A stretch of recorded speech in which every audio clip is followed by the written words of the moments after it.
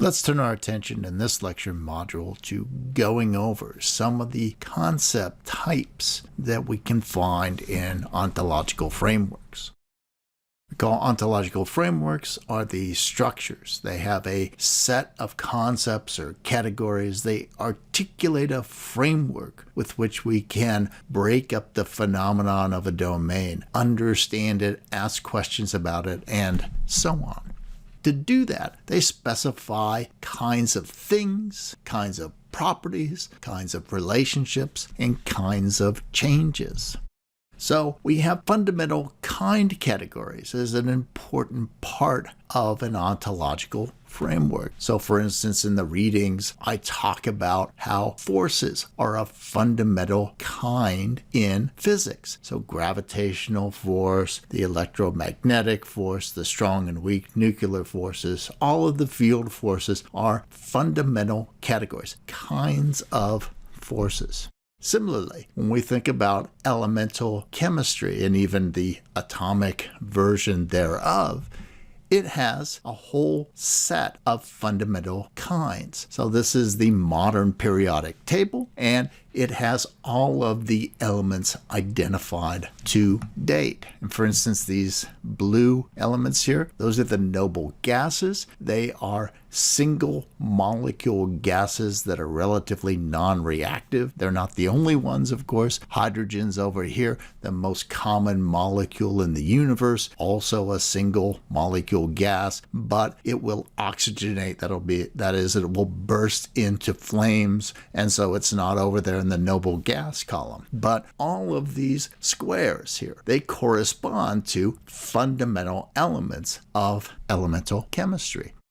In the philosophy of mind, we'll see, particularly in this early section of the history of philosophical metaphysical speculation, this merging, this accretion of properties into one fundamental kind, the soul. And we'll see that it draws on properties from things that we do distinguish pre-theoretically. In fact, we're innately disposed to distinguish. So a category distinction between living and non-living, a category distinction between animate and inanimate, and a category distinction between mental and non-mental. Now, as I say, these fundamental kind categories get developed, made more rigorous and systematic as we move from pre-theoretic or pre-scientific or proto-scientific or proto-theoretic treatments of a set of phenomenon. They become more systematic and rigorous, but they initially oftentimes are drawn from our ordinary everyday categorizations for the relevant phenomenon. Not always, not always.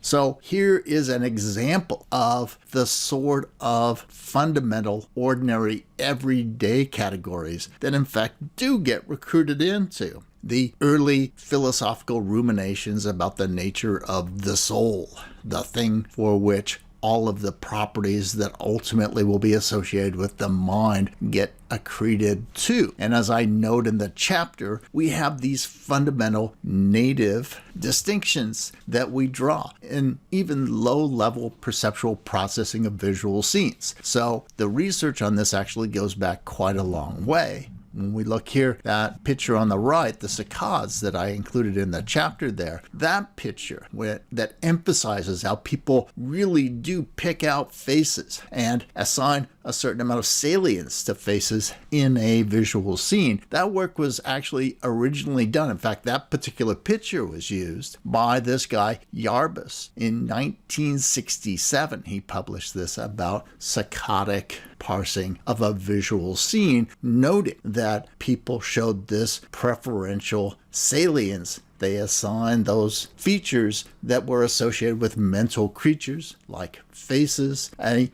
preferential salience. This other article is much, much later, 2015, and it comes from this paper called The animicity continuum. And this talks about processing in the ventral visual processing stream. And it is an fMRI study. It's a functional magnetic resonance imaging study of the brain when people are looking at these various objects. And their thesis is that, in fact, there is a significant visual processing difference. That is, there are different parts of the brain already that get devoted to processing inanimate objects versus animate objects. And so they call it an animacy continuum. And as we'll note, it's not a perfect continuum on all dimensions. When you look at this dimension, right, then you see that in fact there's a strong spatial separation, a significant conceptual rift between, on the one hand, animate things, and on the other hand, inanimate things. They chose Hamer and Keyes. But when you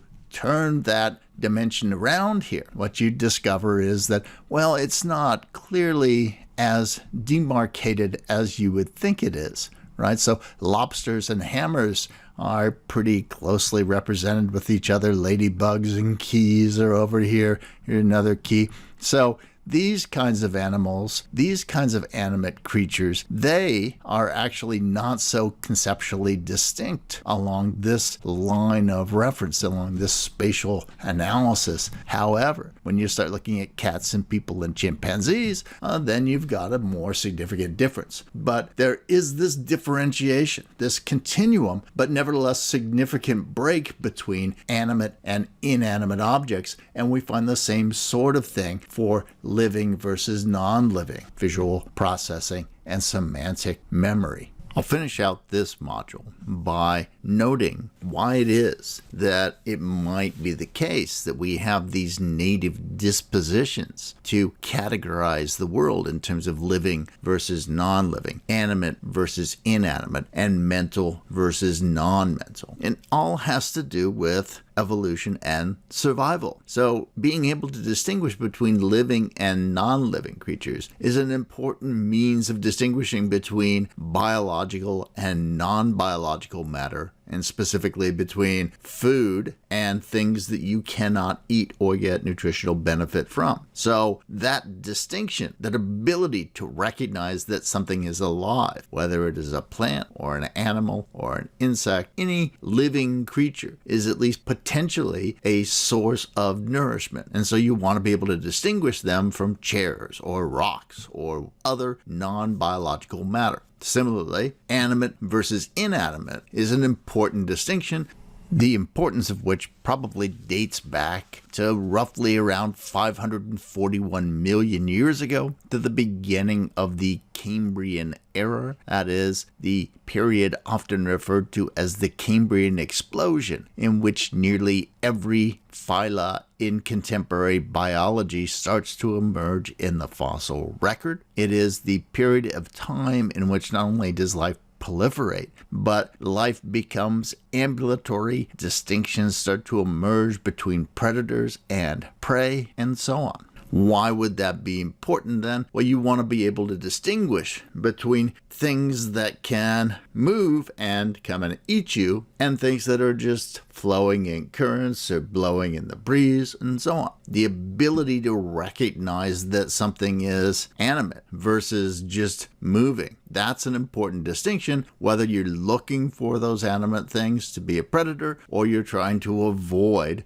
being eaten by a predator. Finally, the mental versus non-mental distinction, again, that corresponds to the sophistication of the sort of thing that you are trying to avoid or get. So if you want to be able to avoid dangerous predators, be able to distinguish the ones that are capable of self-propulsion, then you want to be able to identify creatures with nervous systems, that is, mental creatures. In order to be an effective and efficient ambulatory creature, you must have sensing mechanisms and ideally a sophisticated nervous system that integrates them with motor control and processes them to a high degree of sophistication.